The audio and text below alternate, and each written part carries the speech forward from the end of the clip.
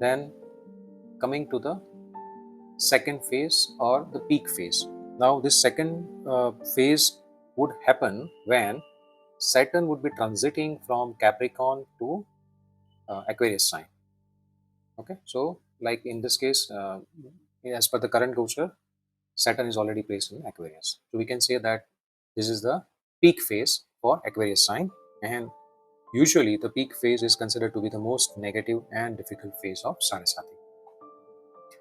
Now, if Saturn is placed over here, it's going to affect this house itself, and in addition to that, it will have aspects. So the first aspect, which is on the third position, so it's basically going to be this one.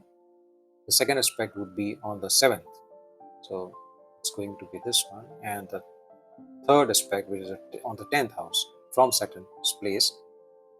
So this is basically the third house from Aquarius. This is a seventh house, and this is a 10th house. So since now we can say that Saturn is placed in the first house because of the Natal Moon is sitting in Aquarius. So we can say Saturn is sitting in the first house. First house also represents the self, the individual himself or herself. So in this case, the person might feel mental anxiety, overthinking. Person might feel, uh, person starts feeling the self doubts, and even the health might have an impact because the first house is the person's body itself. So health might also have an issue.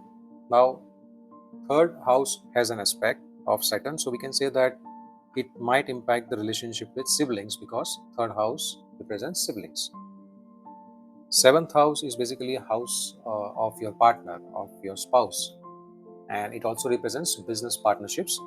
So we can say that during this phase, one's relationship with the spouse might be strained, and usually the people who might face divorce or separation from spouse.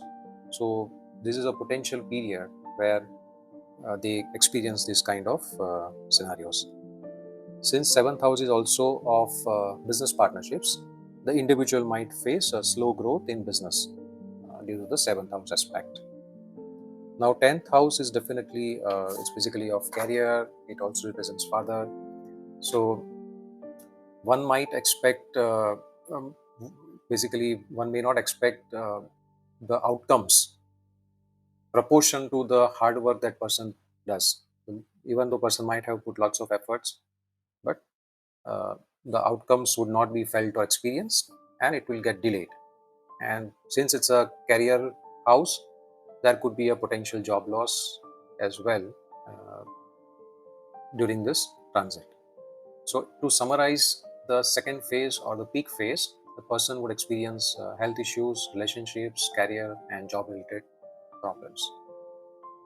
Now, these results might be experienced in different intensities due to various reasons, and some of the reasons are basically, uh, I mean, the, we can say that if when the Saturn is basically sitting in its own sign, Capricorn is also its own sign, and uh, in the seventh Rashi, which is Libra, Saturn is exalted, and also when Saturn is sitting in the Jupiter's sign.